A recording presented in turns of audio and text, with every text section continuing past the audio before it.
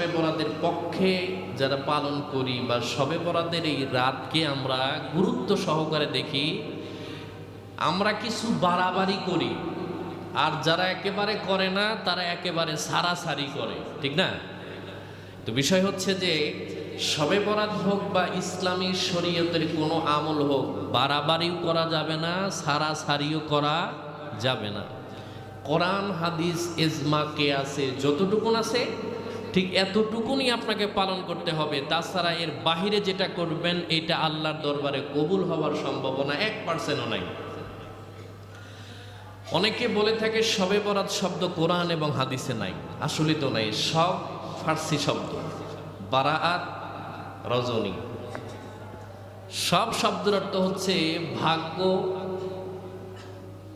বারাআত কোরআন শরীফের ভিতরে সূরা দুখানে আল্লাহ বলেছেন ইন্না আনজালনাহু মুবারাকা বলা হয়েছে। বারাআত বলেন আর মুবারাকা বলেন, দুইটা শব্দের সমন্বয় এর অর্থ দাঁড়ায় ভাগ্য রজনী অথবা মুক্তির রজনী। সুবহানাল্লাহ বলেন না? কোরআন শরীফের ভিতরে আমরা নামাজ পড়ি, কিন্তু নামাজ শব্দ কোরআন শরীফে একবারও নাই। আছে? রোজা বলি আমরা, রোজা কি কোরআন শরীফে আছে? তাই বলে কি আপনি এই কথা বলবেন যে কোরআন এবং হাদিসে নামাজ রোজা নাই?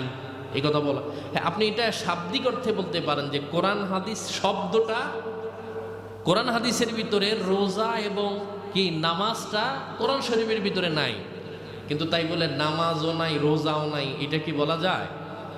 এই জন্যে আপনি যখন কথা বলবেন অবশ্যই পড়াশোনা করে তারপরে কথা বলতে হবে, কারণ আপনাকে মানুষ ফলো করে। সম্মানিত হাজিরিন, আল্লাহ রাব্বুল আলামিনের হাবিবের সাহাবী হযরতে আলী ইবনে আবু তালেব রাদিয়াল্লাহু তাআলা আনহু, যার ব্যাপারে আমার নবী বলেছেন আনা মাদিনাতুল ইলমি ওয়া আলিয়ুম বাবুহা, আমি এলেমের শহর, ওই এলেমের দরজা হচ্ছে হযরতে আলী রাদিয়াল্লাহু তাআলা আনহু। তার থেকে হাদিসটা বর্ণিত, তিনি বলছেন আল্লাহ রাব্বুল আলামিন পবিত্র শবে বরাতে লাইলাতুন নিসফি মিন শাবান, অর্থাৎ এই মাসের চাঁদের 14তম রাত, দিবাগত রাতকে বলা হয় লাইলাতুন নিসফি মিন শাবান বলা হয়। এই রাতের ফজিলত সম্পর্কে হযরতে আয়েশা রাদিয়াল্লাহু তাআলা আনহা থেকে হাদিস বর্ণিত, তিনি বলছেন কুমু লাইলাহা, তোমরা রাতের বেলাতে নামাজ পড়ো, অর্থাৎ কুমু লাইলাহা, কিয়াম করো, নামাজের ভিতরে থাকো, ওয়া সুমু নাহারাহা, দিনের বেলায় রোজা রাখো। সুবহানাল্লাহ বলেন না? অর্থাৎ রাসূল সাল্লাল্লাহু আলাইহি ওয়াসাল্লাম প্রতি সোমবার বৃহস্পতিবার রোজা রাখতেন, রজবের প্রথমে রোজা রাখতেন, জিলহজের প্রথম থেকে 10 তারিখ পর্যন্ত তিনি রোজা রাখতেন। আপনি যদি সুন্নাহ হিসাবেও রোজা রাখেন, নবীজি বলেছেন ফাস্তাগফির লিযামবি, আল্লাহ রাব্বুল আলামিন তার জীবনের পিছনের গুনাহকে মাফ করে দেয়। সুবহানাল্লাহ বলেন না? রোজার ক্ষেত্রে বলা হয়েছে যে এই দিনে কোনো ব্যক্তি যদি রোজা রাখে। এখন আপনি যদি ঢালাওভাবে বলেন যে এই শবে বরাত কোরআন এবং হাদিসের কোথাও নাই, এই কথা কি বলা যায়? হযরত আবু বকর রাদিয়াল্লাহু তাআলা আনহু থেকে হাদিস বর্ণিত, তিনি বলছেন আন আবি বকর সিদ্দিক রাদিয়াল্লাহু তাআলা আনহু আনিন নবী সাল্লাল্লাহু আলাইহি ওয়াসাল্লাম قال ইয়ানজিলুল্লাহু ইলা সামাঈদ দুনিয়া লাইলাতুন নিসফি মিন শাবান ফায়াগফির লিকুল্লি শাই ইল্লা রাজুলুন মুশরিকান আও রাজুলুন ফি কলবিহি মুহাসিনিন। নবী সাল্লাল্লাহু আলাইহি ওয়াসাল্লামের সাহাবী হযরত আবু বকর রাদিয়াল্লাহু তাআলা আনহু বলেন আল্লাহ রাব্বুল আলামিন লাইলাতুন নিসফি মিন শাবানের রাতে প্রথম আসমানে অবতরণ করেন মাগরিবের পর থেকে। তুতুলাশ শামসি ইনদা গুরুবিহা, যখন সূর্য ডুবে যায় আল্লাহ রাব্বুল আলামিন তিনি তখন প্রথম আসমানে অবতরণ করেন। শুধু কি তাই, রাসূলুল্লাহ সাল্লাল্লাহু আলাইহি ওয়াসাল্লাম বলেন ফায়াগফির লিকুল্লি শাই, তিনি অসংখ্য মানুষকে মাফ করে দেন, কিন্তু 2 জন মানুষ ব্যতি রেখে। কয়জন? 2 জন। একটা হলো মুশরিক, আর একটা হলো যার অন্তরে লৌকিকতা, মানুষের ভালো দেখতে পারে না, পরশ্রী কাতরতা, যার ভিতরে হিংসা বিদ্বেষ আছে। আল্লাহর নবী বলেছেন আল্লাহ এইকে মাফ করবেন না। কিন্তু বিষয় হচ্ছে আল্লাহ রাব্বুল আলামিন আমাদের ঘোষণা দিয়েছেন যে তিনি এই 2টা অপকর্ম আমার ভিতরে যদি থাকে আল্লাহ আমাকে মাফ করবে না। কিন্তু আমি যদি তাওবায়ে নাসুহা করতে পারি, আল্লাহ কি আমাকে মাফ করতে পারে না? পারে কিনা জোরে বলেন? আমার ভিতরে হিংসা আছে, পৃথিবীর সমস্ত মানুষের ভিতরেই হিংসা কিছু না কিছু আছে। আমরা যারা নামাজ পড়ি 5 ওয়াক্ত আমাদের ভিতরেও আছে। আমরা ইমামতি করি আর খতিব মুয়াজ্জিন খাদেম যাই হই না কেন, আমাদের ভিতরে কোনো হিংসা নাই? আসতে কয় কেন? আছে না নাই? নবীজি বলেছেন, যদি আপনি খতিব হন, এরপরে আপনার অন্তরে যদি কারো প্রতি সামান্যতম বিদ্বেষ থাকে, অহংকার, হিংসা থাকে, রাসূলুল্লাহ বলেছেন ওই ব্যক্তিকে এই রাতে মাফ করা হবে না। সম্মানিত হাজির, অতএব শুধু সাধারণ মানুষকে ইসলাহ করা লাগবে এরকমটা নয়, নিজে যারা বলে তাদেরও ইসলাহ হওয়ার দরকার আছে। আল্লাহ রাব্বুল আলামিনের হাবিবকে হযরত আবু বকর রাদিয়াল্লাহু তাআলা আনহু ডাক দিয়ে বলে, নবী,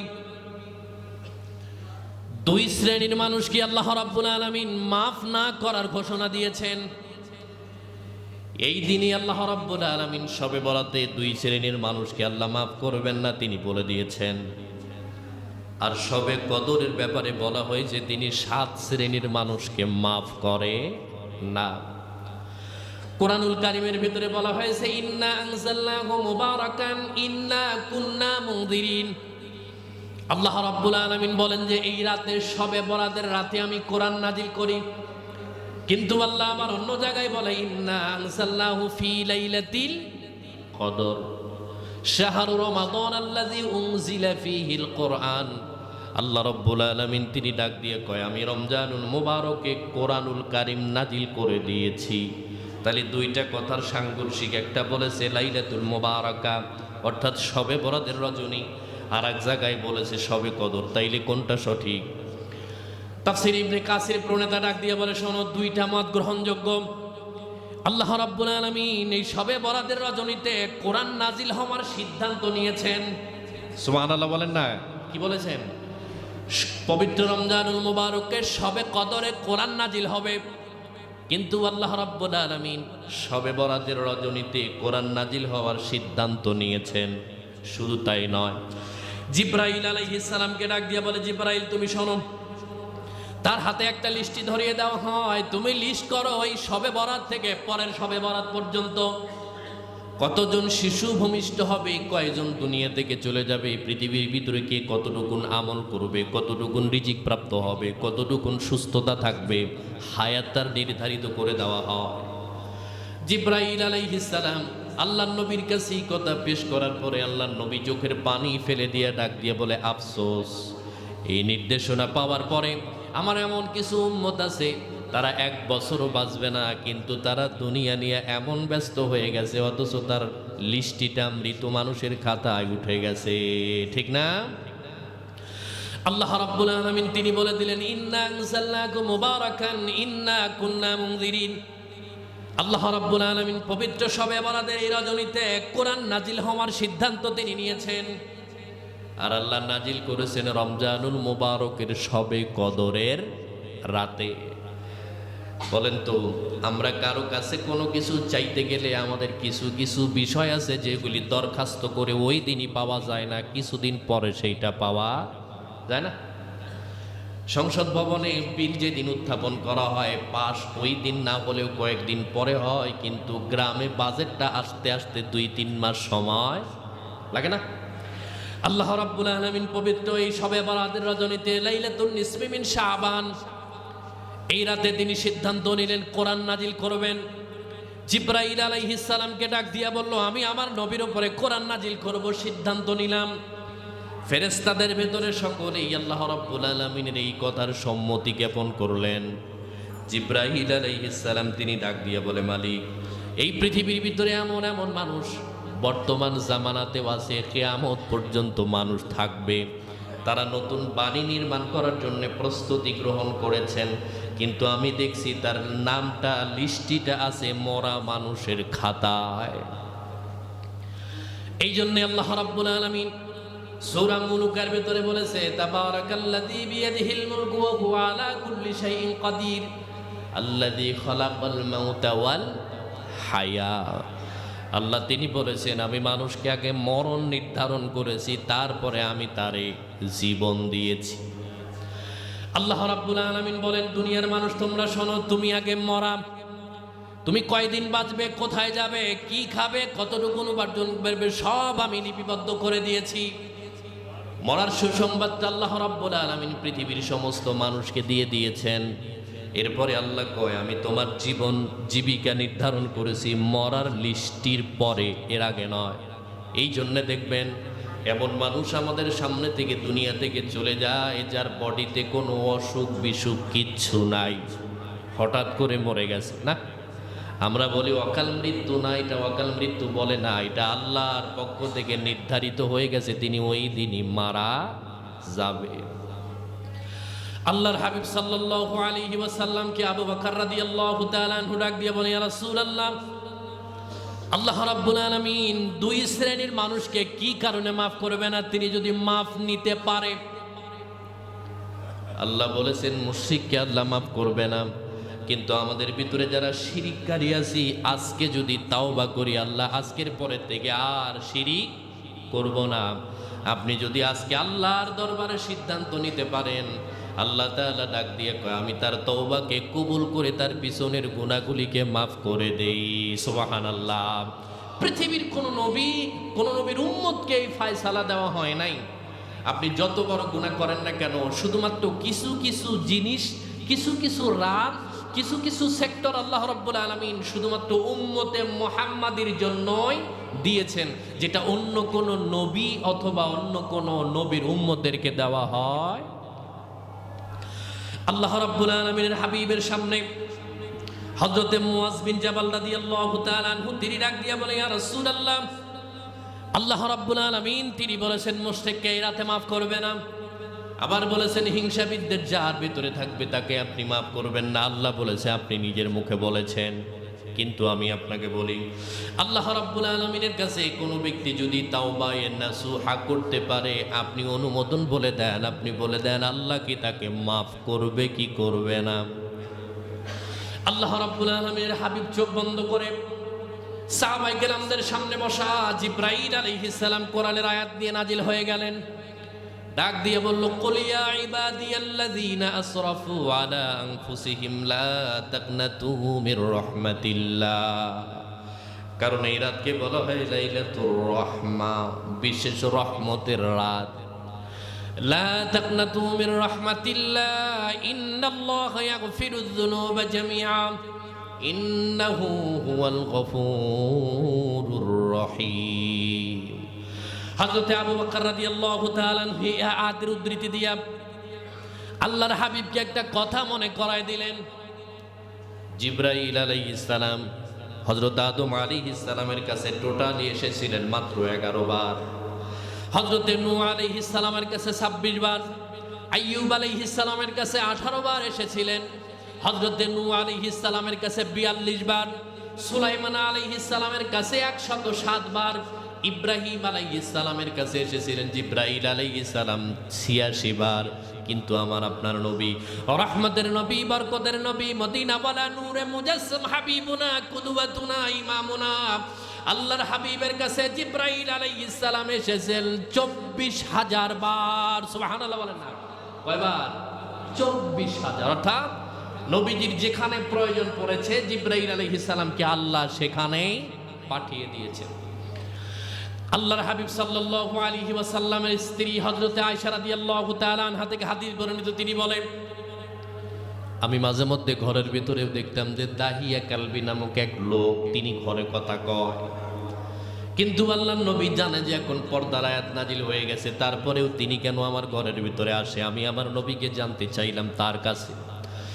আল্লাহর হাবিবকে বলা হলো, ইয়া রাসূলুল্লাহ, আপনার অন্য সাহাবীরা সবাই বাহিরে থাকে, কিন্তু কেবলমাত্র দাহিয়া কালবি রাদিয়াল্লাহু তাআলা আনহু তিনি বাহিরেও কথা কয়, ঘরেও কথা কয়, যেখানে যান সেখানেই কথা বলেন, গোসল করতে গেলে সেখানেও মাঝে মধ্যে যায়, আপনার একেবারে জরুরি বৈঠক হওয়ার পরেও সেই জায়গাতে যায়। তার অনুমতির পারমিশনটা কিভাবে পেলেন? তার মর্যাদা এমন হলো কেন? আল্লাহ রাব্বুল আলামিনের হাবিব ডাক দিয়ে বলে, শোনো, আমার সাহাবী হযরতে দাহিয়া কালবি রাদিয়াল্লাহু তাআলা আনহু তিনি এমন মানুষ, জিবরাইল আলাইহিস সালাম আমার কাছে এসেছে 24,000 বার, কিন্তু আল্লাহ রাব্বুল আলামিন হযরতে জিবরাইল আলাইহিস সালাম দাহিয়া কালবির সুরতে আমার নবীর কাছে এসেছেন 19,000 বার। সুবহানাল্লাহ বলেন না। একজন মানুষের সুরতে এসেছিলেন, তার নাম হলো হযরতে দাহিয়া কালবি রাদিয়াল্লাহু তাআলা আনহু। হযরতে আবু বকর রাদিয়াল্লাহু তাআলা আনহু ডাক দিয়ে বলে, ইয়া রাসূলুল্লাহ, লাইলাতুন নিসফি মিন শাবানে আল্লাহ রাব্বুল আলামিন তিনি ঘোষণা দিয়েছেন দুই শ্রেণীর মানুষকে মাফ করবেন, মুশরিক, মুসাহিনিন, যার কলবের ভেতরে, যার অন্তরের ভেতরে মানুষের বিদ্বেষপূর্ণ মনোভাব থাকে, হিংসা থাকে। আপনি ভালো চলেন কেন, আপনার সাথে আমার কোনো বিরোধিতা নাই, কিন্তু ভালো চলেন কেন এইটাই আমার জ্বলে, এরকম নাই? এটাকে বলা হয় মুসাহিনিন, অন্তরের ভিতরে পরশ্রী কাতরতা। পাশাপাশি ব্যবসা করে না, একজনের দোকান ভালো চলে, আমার কেন ভালো চলে না, এরকম আফসোসওয়ালা মানুষ আমরা আছি না? নাই, আছে। উনি গাড়িতে চলাফেরা করে, আমার গাড়ি নেই, আমি তো হেঁটে চলি, মাঝে মধ্যে গাড়িতে চড়ি, আল্লাহ তারে দিল কেন? আল্লাহ নবী ডাক দিয়ে কয়, এই মনোবাসনা যেই ব্যক্তির বডির ভিতরে থাকবে, আল্লাহ তাকে লাইলাতুন নিসফি মিন শাবানে মাফ করে দিবেন না। তাইলে সামনে ৩ তারিখে পবিত্র শবে বরাতের রাত, তার আগে আমার অন্তরের ভিতরে যদি পরশ্রী কাতরতা, মানুষদের জন্য যদি বিদ্বেষ, অহংকার আমার কলিজার ভিতরে থাকে, তাইলে এখন থেকে এগুলি ডিলিট করার দরকার আছে না? নাই, আছে। আবু বকর রাদিয়াল্লাহু তাআলা আনহু ডাক দিয়া বলে, আপনি একটু দাহিয়া কালবির ব্যাপারে বলেন। তিনি এত বড় মর্যাদাবান কেন হলেন? মুশরিক হবার পরে তিনি কি কারণে এত বড় মর্যাদাবান হলেন? আপনি তাকে এত বড় মর্যাদায় অধিষ্ঠিত করেছেন যে আল্লাহ রাব্বুল আলামিন জিবরাইল আলাইহিস সালামকে দাহিয়া কালবির সুরতে আপনার কাছে পাঠায়। তার মর্যাদাটা কি এমন হলো? দাহিয়া কালবি রাদিয়াল্লাহু তাআলা আনহু কাপড় ব্যবসায়ী ছিলেন। আইয়ামে জাহিলিয়াতের সময় মহিলা জন্মগ্রহণ করার পরে তাকে জীবন্ত মাটির নিচে দাফন করা হতো। আল্লাহর নবী আসার পরে মহিলাদেরকে শুধু সমান অধিকার দেয় নাই, ইসলাম দুনিয়াতে আসার আগে মহিলাদের পায়ের নিচে জুতা, কিন্তু আল্লাহর নবী পুরা পৃথিবীর ভিতরে কালেমার দাওয়াত পৌঁছানোর পরে আল্লাহ মহিলাদের পায়ের নিচে দিয়ে দিলেন জান্নাত। সুবহানাল্লাহ বলেন না? আল জান্নাতু তাহতা আকদামি উম্মাহাতিকুম। আল্লাহর নবী বলেছেন তোমার জান্নাত তোমার মা বাবার পায়ের নিচে। দাহিয়া কালবি রাদিয়াল্লাহু তাআলা আনহু সিরিয়াতে ব্যবসার উদ্দেশ্যে যখন রওনা করবেন, বিবিরে ডাক দিয়া বলে, বিবিরে আমি কয় বছর পরে আসি জানা নাই, তবে আমার জানা মতে তুমি কনসেপ্ট হয়েছ, তোমার পেটের ভেতরে বাচ্চা ঢুকে গেছে। আমি তোমাকে বলি যদি পুরুষ হয় তাইলে জীবিত রাখবা, আর যদি মহিলা হয় তাইলে তুমি তারে জীবন্ত মাটির নিচে দিয়ে দিবা। দাহিয়া কালবি রাদিয়াল্লাহু তাআলা আনহু 4 বছর পরে, সংক্ষেপ করে বলছি, তিনি 4 বছর পরে দেশে ফিরলেন। আসার পরে তিনি যখন বাড়ির ভিতরে ঢুকবেন, তিনি নজর করে দেখলেন 4 বছরের ফুটফুটে এক সন্তান তার 2 পা জড়ায় ধরে ডাক দিয়ে বলে, বাবা শুধু মায়ের মুখে তোমার নাম শুনেছি, তোমাকে কোনোদিন সচক্ষে দেখি নাই। দাহিয়া কালবি রাদিয়াল্লাহু তাআলা আনহু আল্লাহর হাবিবের দরবারে যাওয়ার পরে আল্লাহর হাবিব তার হাতে হাত রেখে দোয়া করে দিলেন, আল্লাহ তোমার গুনাহ সব মাফ করে দিয়েছেন। কিন্তু দাহিয়া কালবি রাদিয়াল্লাহু তাআলা আনহু আল্লাহর নবীর উরুর সাথে উরু লাগালেন, হাত ছেড়ে দিলেন না, শক্ত করে ধরলেন। ডাক দিয়ে বলল, নবী আল্লাহ রাব্বুল আলামিন আমার জীবনের সব গুনাহ মাফ করে দিতে পারে, কিন্তু আমি এমন এক জঘন্য কাজ করেছি যেই গুনাহ আমার আল্লাহ মাফ করতে পারে না। কেন পারবে না? আমার আল্লাহ পারে না এমন কোনো কাজ আল্লাহর দ্বারা নাই। আল্লাহর হাবিবকে ডাক দিয়া বলে, ইয়া রাসূলুল্লাহ আমি যখন ফিরি ব্যবসা থেকে, আমার মেয়েটা আমার পা জড়ায় ধরে, আমি আমার মেয়ের চেহারার দিকে নজর করে দেখি, এত সুন্দর মহিলা আর আমি কোথাও দেখি নাই। বিবিরে ডাক দিয়ে বললাম, বিবিরে এই ফুটফুটে সন্তান কার? বলে তোমার। আমার মেয়ে হওয়ার পরে তো জীবিত থাকার কথা নয়, এই কেন জীবিত হলো? মা ডাক দিয়ে কয়, শোনো, 2টা কারণে আমি তোমার মেয়েকে দুনিয়া থেকে বিদায় করে দিতে পারি নাই। তুমি নজর করে দেখো, তুমি যেমন রূপের পুরুষ, তোমার মেয়েটাও ঠিক তোমার চাইতেও রূপবতী হয়েছে। এই জন্যে আমি তার নাম রেখে দিয়েছি জামিলা, হলো সুন্দরী। সুবহানাল্লাহ। 2 নাম্বার হলো আমি তার মা। 4 বছর ব্যবসার উদ্দেশ্যে গিয়েছেন, আমার বাড়ির ভিতরে কোনো সন্তানাদি নাই। শুধুমাত্র এই বাচ্চাটাকে দেখার পরে আমি তার চেহারার দিকে তাকায় আমি তোমাকে অনুভব করেছি 4 বছর।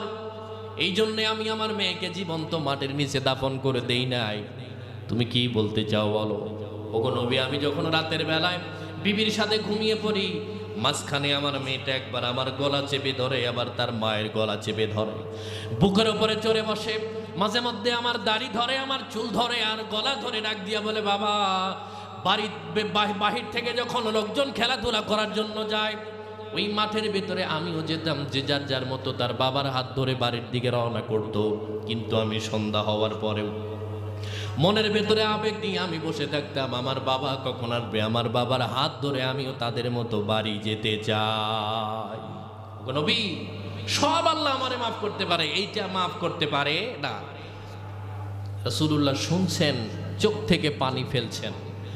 মক্কাতুল মুকাররমা, মাকামে ইব্রাহিম এবং কাবায় হাতিম পার হয়ে এই কোনারের দিকে গেলে এখন পর্যন্ত জামিলা রাদিয়াল্লাহু তাআলা আনহার জীবন্ত কবর এখনো ওই অবস্থাতেই আছে।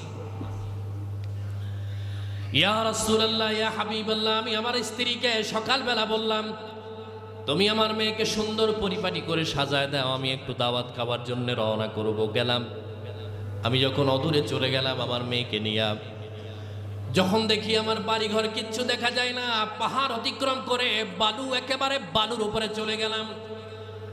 কোনো এক বাড়ির ভেতর থেকে খনন করার কোনো জন্তু আমি নিয়ে নেওয়ার পরে আমি আস্তে আস্তে খনন করা শুরু করে দিলাম। দেখবেন ছোট্ট বাচ্চা আপনাকে অন্য মানুষ দাওয়াত দিয়েছে, আপনি একা দাওয়াতে যাবেন, আপনার ছোট্ট বাচ্চা দাওয়াত খাওয়ার জন্য রেডি, তাই না? ও কাপড় চোপড় পরে আগে গাড়ির ভিতরে বসা, তার মানে ছোট্ট মানুষ। জামিলা রাদিয়াল্লাহু তাআলা আনহা ডাক দিয়া বলে, বাবা, এত দূর পাহাড়ের কিনারা এত বড় গর্ত তুমি কার জন্য করো? আমি আমার মেয়েকে ডাক দিয়া বলি, আমার মা, তুমি একটু দূরে খেলাধুলা করো, তুমি দেখবা একটু পরে কি এখানে দেখা যায়।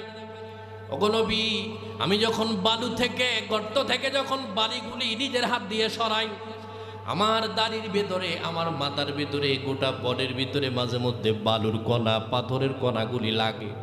আর আমার ছোট্ট মেয়ে ঝাড়া মেরে আমার মুখের ভেতর থেকে দাড়ি ঝাড়া মেরে সাফ করে ডাক দিয়া বলে, বাবা, এই প্রচন্ড গরমের ভিতরে তুমি কার জন্য এত বড় গর্ত বানাও? কি করবা তুমি গর্ত করো? তুমি দেখো না, তুমি তো দাওয়াত খাওয়ার জন্য যাবে, তোমার গোটা বডির ভিতরে বালু এবং পাথর দ্বারা বিস্তীর্ণ হয়ে গেছে। ইয়া রাসূলুল্লাহ, আমার মেয়ে এতবার বারবার বলার পরেও আমার মেয়ের প্রতি আমার একটু মহাব্বত জাগে নাই। গর্ত যখন খনন করা শেষ হয়ে গেল, আমি আমার মেয়ে জামিলাকে ডাক দিলাম। ডাক দেওয়ার পরে গর্তের কিনারে বললাম, মা, এই দেখ গর্তের ভেতরে কি দেখা যায়। আমার ছোট্ট মেয়ে আমাকে ডাক দিয়ে বলে, বাবা, নিজের হাতে গর্ত করলা, কোন জায়গা থেকে কি আসবে? ওগো নবী, আমার মেয়ে যখন গর্তের দিকে কিছু দেখার জন্য উকি মেরেছে, আমি তখন পিছন দিক থেকে ধাক্কা মেরে আমি আমার মেয়েকে গর্তের ভিতরে ফেলে দেই। ছোট্ট বাচ্চা, আমার আর বুঝতে বাকি রইল না। আমার মেয়েও বুঝে নিয়েছে যে জাহিলিয়াতের যুগে শুধুমাত্র তিনি জীবিত, আর কোনো কন্যা সন্তান নাই। ওই ছোট্ট অবস্থাতে তার সামনে অনেক মেয়েকে মাটির নিচে দাফন করে দিয়েছে। মেয়েকে যখন আমি মাটি চাপা দেওয়ার আগে আমার মেয়ে হাত উঁচু করে ডাক দিয়া বলে, বাবা, মার কাছে বারবার জানতে চাইতাম আমার বাবা কবে আসবে, কখন আমার বাবা আসবে। মাকে বারবার বলতাম, কিন্তু তুমি যে আমার আজরাইল হয়ে আমার বাড়ির ভিতরে ফিরবে, একটা বারের জন্য আমি কল্পনা করি নাই। বাবা, তুমি বলো, তুমি আমাকে গর্তের থেকে উঠায় নিয়ে যাও, দেশান্তর হয়ে যাব, আর কোনোদিন বাড়িতে যাব না, তোমাকে কোনোদিন একবারের জন্যও বাবা বলে ডাকবো না। আমি এখান থেকে দূর দূরান্তে চলে যাব, ভিক্ষা করে খাবো, তারপরেও তোমার বাড়িতে যাব না। ওগো নবী, আমি আমার মেয়েকে গর্তের ভেতরে ফেলে দিয়া কোমর পর্যন্ত মাটি চাপা যখন দিলাম, তখন পর্যন্ত তিনি আমাকে বারবার বাবা বলে ডাক দিয়া বলে, বাবা, একবারের জন্য তুমি আমার এখান থেকে উঠায় নাও। তোমারে বাবা বলা তো দূরের কথা, তোমাকে পরিচয় দিব না যে তুমি আমার বাবা। আল্লাহর হাবিবের সাহাবী হযরতে মুআয ইবনে জাবাল রাদিয়াল্লাহু তাআলা আনহু ডাক দিয়া বলে, ওই সময় আল্লাহর হাবিবের চোখ থেকে পানির ফোঁটা এমন ছলছল করে পড়ছে, সাহাবায়ে কেরামদের ভেতরে একজনও নাই যার চোখ থেকে পানি বের হয় নাই। ইয়া রাসূলুল্লাহ, আল্লাহ রাব্বুল আলামিন, আমি মুশরিক হওয়ার পরে আল্লাহ আমাকে মাফ করে দিয়েছেন। আমার অন্তরের ভেতরে পরশ্রী কাতরতা ছিল, আল্লাহ আমাকে মাফ করে দিয়েছেন, কিন্তু এই গুনাহ মনে হয় আল্লাহ আমাকে মাফ করবে না। আল্লাহর হাবিব ডাক দিয়া বলে, দাহিয়া, কি বলবা তুমি, পুরা ঘটনা বলো। ওগো নবী, আমি আমার মেয়ের বুক পর্যন্ত মাটি চাপা দিলাম। আমার মেয়ে তখন পর্যন্ত হাত দুইটা উঁচু করে বারবার ডাক দিয়ে বলো, আমার বাবা, আর তুমি আমারে মাটি দিও না, তুমি এখান থেকে চলে যাও, আমার বুক পর্যন্ত মাটি আছে। কোনো পথিক যদি রাস্তা দিয়ে চলে যায়, আমার কান্নার আওয়াজ শোনার পরে তিনি গর্তে থেকে উঠায় নেবেন। তুমি তোমার মনের খায়েশকে পূর্ণ করে নিয়েছো, আর তুমি আমার মাটি দিও না ওগো নবী। বালি দিতে দিতে আমি ক্লান্ত হয়ে গেলাম। শয়তান আমারে এমন প্ররোচনা দিল, পাহাড়ের পাদদেশ থেকে যত বড় পাথর আমি তুলতে পারি এত ওজনের পাথর নিজের হাতের ভেতরে নিলাম। উপর থেকে আমি আমার মেয়ের গর্তের দিকে এত জোরে নিক্ষেপ করে দিয়েছি, তার মাথা ভেঙে, তার মাথা ফেটে ফিনকি দিয়ে রক্ত আমার বডির সাথে লেগে গেছে। ওগো নবী, মাথার ভেতরে পাথর নিক্ষেপ করে দিয়া তার মাথাটা থেতলাই দিলাম, আমি তার দুনিয়া থেকে বিদায় করে দিলাম। আমি যখন বাড়ির ভিতরে ফিরলাম, আমার মনের ভেতরে বারবার জাগ্রত হয় আমি এটা কি করলাম। ওই দিন থেকে আমি যখন রাতের বেলায় ঘুমাই, ওগো নবীজি, রাত যখন গভীর হয়, শেষ রজনীতে আমি ঘুমাতে পারি না। আমার কানের কাছে এখন পর্যন্ত আওয়াজ আসে, বাবা তুমি আমারে আর মাইরো না, আমি তোমাকে কোনোদিন বাবা বলে ডাক দিব না। আল্লাহর হাবিব সাল্লাল্লাহু আলাইহি ওয়াসাল্লাম ডাক দিয়ে বলে, রে দাহিয়া, তারপরে কি হলো বলো? তিনি বলল, ইয়া রাসূলুল্লাহ, আমি আমার মেয়েকে দুনিয়া থেকে বিদায় করে দেওয়ার পরে বাড়িতে আসার পরে আমার স্ত্রীকে ডাক দিয়ে বললাম, বিবি রে, আমার মেয়ে দাওয়াত খাওয়ার জন্য যাওয়ার পরে রাস্তার ভেতরে হারিয়ে গেছে। কিন্তু তিনি তো মা নজর করে দেখলেন আমার গোটা বডির ভেতরে আমার মেয়ের মাথার মস্তকটা ছিটকে আমার বডির সাথে লেগে গেছে, তার আর জানার বাকি রইল না। তিনি বুঝতে পেরেছেন আমি আমার আপন মেয়েকে দুনিয়া থেকে বিদায় করে দিয়েছি। ওগো আল্লাহর নবী, আল্লাহ রাব্বুল আলামিন আমার মুশরিকের গুনাহ মাফ করতে পারে, পরশ্রী কাতরতার গুনাহ মাফ করতে পারে। আল্লাহ রাব্বুল আলামিনের অনেক বিধিবিধান আমি একবারের জন্য মানি নাই। আল্লাহ রাব্বুল আলামিন আমাকে সব গুনাহ মাফ করে দিতে পারে, কিন্তু এমন একটা জঘন্য গুনাহ করলাম, এই গুনাহ মনে হয় আমার আল্লাহ আমাকে মাফ করবে না। আল্লাহ রাব্বুল আলামিনের হাবিবের হাত মোবারক ধরাম, আল্লাহ তাআলা তার হাবিবের উপরে কোরআনের আয়াত নাজিল করলো, কুল ইয়া ইবাদিয়াল্লাযীনা আসরাফু আলা আনফুসিহিম লা তাকনাতু মির রাহমাতিল্লাহ, লা তাকনাতু মির রাহমাতিল্লাহ, ইন্নাল্লাহা ইয়াগফিরুয যুনুবা জামিআ, ইন্নাহু হুয়াল গফুরুর রহিম। আল্লাহ রাব্বুল আলামিনের হাবিবের উপরে আল্লাহ তাআলা কোরআনের আয়াত নাজিল করে দিয়া দাহিয়ার কালকে বুঝাই দিল, ও দাহিয়া, তুমি যেই গুনাহ করেছ, এরপরে তুমি যখন ইসলামের সুশীতল ছায়ার নিচে অনুতপ্ত হয়েছো, তওবা করেছো, তাওবায়ে নাসুহা করেছো, আমার আল্লাহ ডাক দিয়া কয়, আগফির লাকুম যুনুবাকুম আল্লাহু গফুরুর রহিম। আল্লাহর রহমত থেকে নিরাশ হওয়ার দরকার নাই। আল্লাহ তোমার পিছনের এত বড় জঘন্য গুনাহ হওয়ার পরে আল্লাহ তোমার সব গুনাহকে মাফ করে দিয়েছে। সুবহানাল্লাহ বলেন না? এতে কি বোঝা যায়? আল্লাহ আমাদেরকে বলেছেন যদি মুশরিক থাকি আল্লাহ আমাকে মাফ করবে না, মুসাহিনিন থাকার পরেও আল্লাহ আমাকে মাফ করবে না। কিন্তু আমরা যদি বলি আল্লাহর এই আইন আমরা মানি না, আমরা মাফ চাইবো এমনভাবে আল্লাহ মাফ না করে পারবে না। আল্লাহ যদি আমাদেরকে মাফ করে কারো কিছু যায় আসে? এই জন্য আমার ভেতরে যদি শিরিকের কোনো গন্ধ থাকে, এখান থেকে তওবা করতে হবে। কোনো ব্যক্তির বডির ভেতরে যদি মানুষের শয়তানি করা, মানুষের ক্ষতি সাধন করার চিন্তা ভাবনা থাকে, অন্তত শবে বরাতের রাত আসার আগে আগে আপনার মনের ভিতর থেকে এইগুলি ডিলিট করে দিতে হবে। ও বন্ধু, আপনি রমজানুল মোবারকের রহমত প্রাপ্তির জন্য আপনি সামনে অগ্রসর হচ্ছেন, কিন্তু আল্লাহর কসমকে বলি আমাদের ভিতরে, মুসলমানদের ভিতরে এমন মানুষ আমরা আছি অন্যের ক্ষতি করার জন্য 24 ঘন্টা নিজেকে ব্যস্ত রাখি। এরকম আছে না? না আছে? গ্রামের চার দোকানে যারা বসে, সংসদ ভবনের ওরা ওদের কাছে ফেল, ঠিক না? মানে ওনার কাছে আপনি ওই গ্রামের কোন বাড়ির বউ কে কি করে, কোন ছেলে কি করে, কে কিভাবে চলে, সব তার বাড়িতে জানা আছে। এরকম কিছু মুরব্বী নাই? কথা কেন কেন আছে? সম্মানিত হাজির, পবিত্র লাইলাতুন নিসফে মিন শাবান আমাদের সামনে সমাগত। আগামী 3 তারিখ